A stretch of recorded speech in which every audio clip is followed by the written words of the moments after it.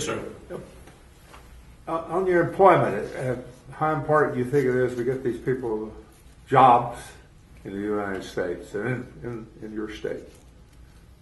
How would we get the people? How can we put them back to work? Absolutely, right. If we stop the importation of goods from China and from Taiwan and from perhaps Mexico,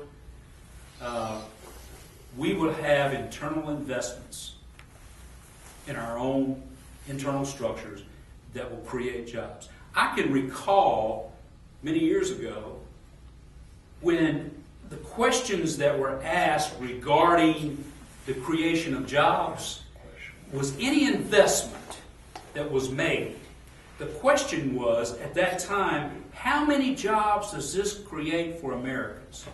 How much good does this do for America?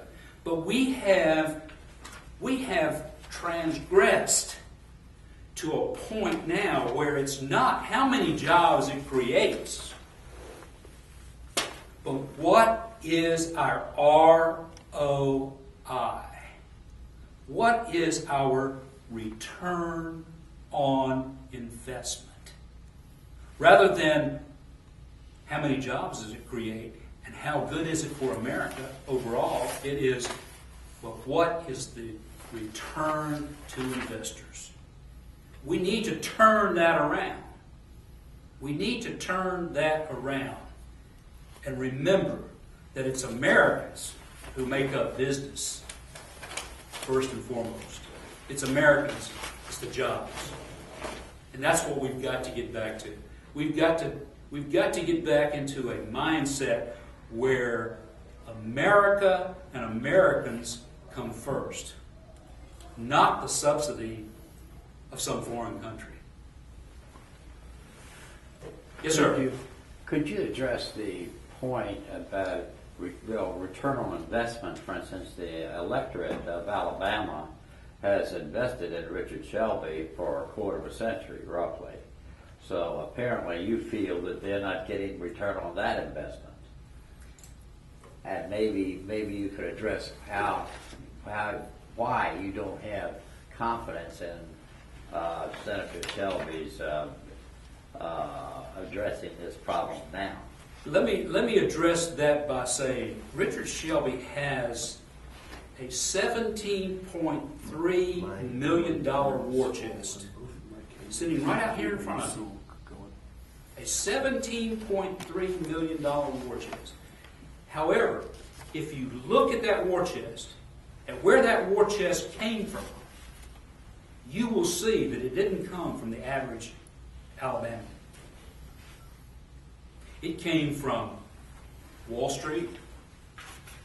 It came from big oil. It came from big business.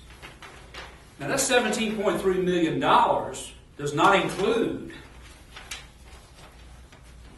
another $6 million, I understand, that he has in a pack over here to the side that he can very discretionally distribute out to anyone that he pleases, be a Republican or Democrat or independent. And I understand that he just contributed $100,000 to our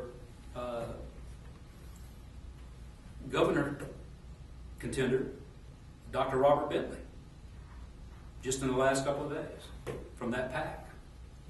And that's problematic.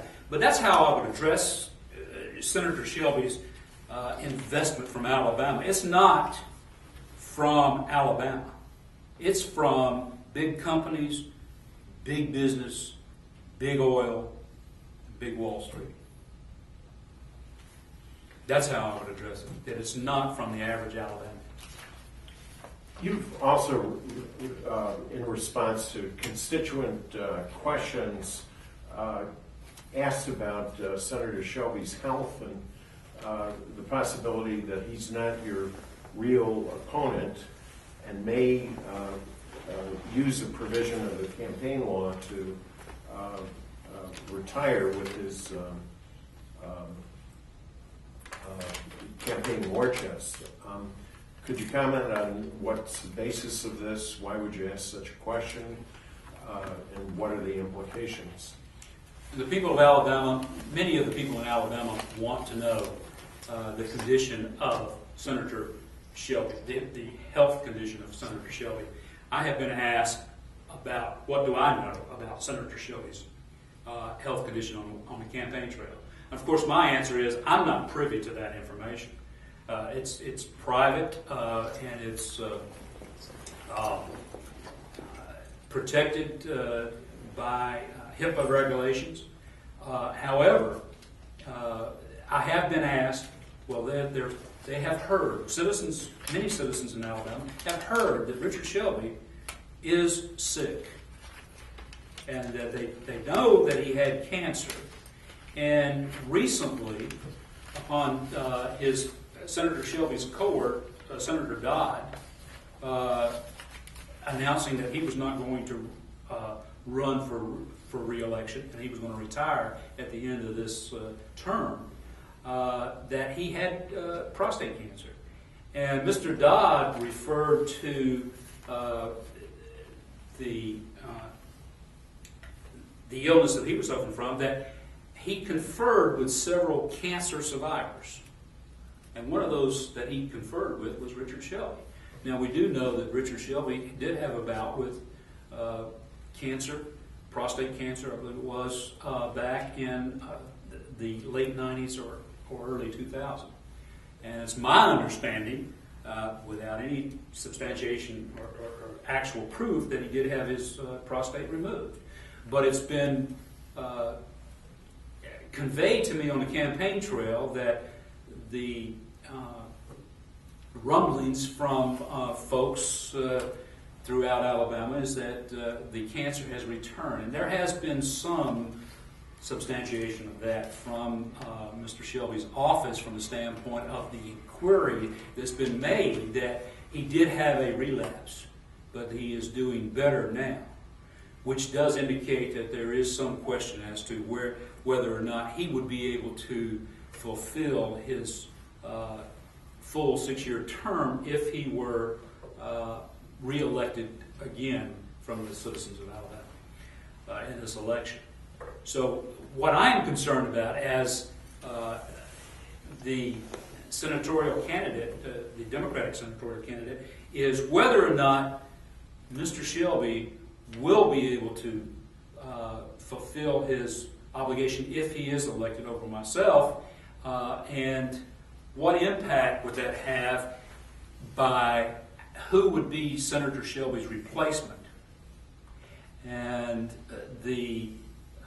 again, the rumblings that I'm getting is that perhaps Governor Bob Riley, the present sitting governor of Alabama, would either appoint himself, or if there is a Republican governor that is elected in the election in a week and a half, that Republican governor would appoint Bob Riley to replace Senator Shelby.